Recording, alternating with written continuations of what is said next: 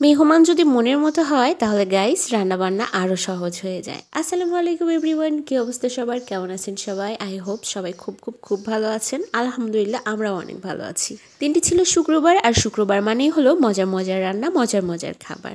তো শুক্রবারের সকালবেলায় জানলাম মেহমান আসবে, আর মেহমানের ডিমান্ড ছিল লইট্টা শুটকি ভুনা খাবে, মানে আমার পছন্দের খাবারটা। সচরাচর মেহমান আসলে পোলাও মাংস রান্না করা হয়, কিন্তু আমার মেহমানের ডিমান্ডটা ছিল অন্যরকম, একদম আমার পছন্দ মতো। তো যাই হোক, পছন্দের রান্নাটা করতেও খুব কম সময় লাগে, আর রান্না করতেও বেশ ভালো লাগে, কষ্টটা কষ্ট মনে হয় না। তো যাই হোক, সকাল সকাল ঘুম থেকে উঠে আমি কাটাকুটি মোটামুটি করে রেখেছিলাম। তারপরে সকালের নাস্তা শেষ করে আমি রান্না বান্নাটাও বসিয়ে দিয়েছি। প্রথমে পোলাও রান্নাটা করে নিচ্ছিলাম, আর তারপরে এখানে মুরগিটা ভিজিয়ে রেখেছি। মুরগিটা ভিজলে দেন এটা কুটবো। তার আগে আমার ঘরের কিছু কাজ শেষ করতে হবে, কারণ দুই মেয়ে মিলে ঘরের 12টা বাজিয়ে রেখেছে। এগুলো গুছিয়ে তারপরে আবার রান্না বসাতে হবে। আসলে গাইস, এমন একটা সময় পার করছি, একটানা দাঁড়িয়ে একটা রান্না করার মতো উপায় নেই, কারণ আমাকে বারবার রান্না ছেড়ে এসে বসতে হচ্ছে, বিশ্রাম নিতে হচ্ছে। কারণ গাইস, এখন প্রেগনেন্সির 9 মান্থ চলছে, এখন আমাকে একটানা দাঁড়িয়ে থাকতে একটু অসুবিধা হয়, তাই রান্নার ফাঁকে ফাঁকে এসে একটু করে রেস্ট করে নিচ্ছি। ঘরটা গুছিয়ে মাত্র রান্নাটা আবার বসিয়েছি, বড় মেয়ে এসে বলল ছোট মেয়ে নাকি আবার পানি ফেলেছে বিছানায়। কেমনটা লাগে কন দেখি? যাদের বাসায় ছোট বাচ্চা আছে একমাত্র তারাই আমার কষ্টটা বুঝতে পারবে।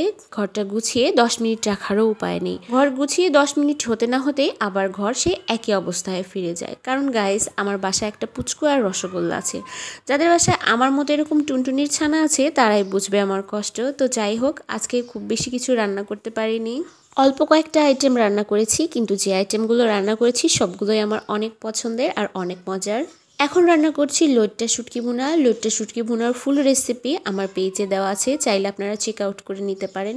ট্রাস্ট মি, ভীষণ মজার একটি খাবার। আপনারা যারা শুটকি পছন্দ করেন না তারা এই খাবারটি একবার হলেও বাসায় ট্রাই করে দেখবেন, শুটকি লাভার্স হয়ে যাবেন। তো যাই হোক, গল্প করতে করতে আমার লইট্টা শুটকি ভুনাটাও রেডি হয়ে গেছে। ভাবলাম হাতে যখন অনেকটা সময় আছে, শুধু লইট্টা শুটকি ভুনা কেন করব, একটু চাপা শুটকির ভর্তাটাও মেহমানকে খাওয়ানো যাক।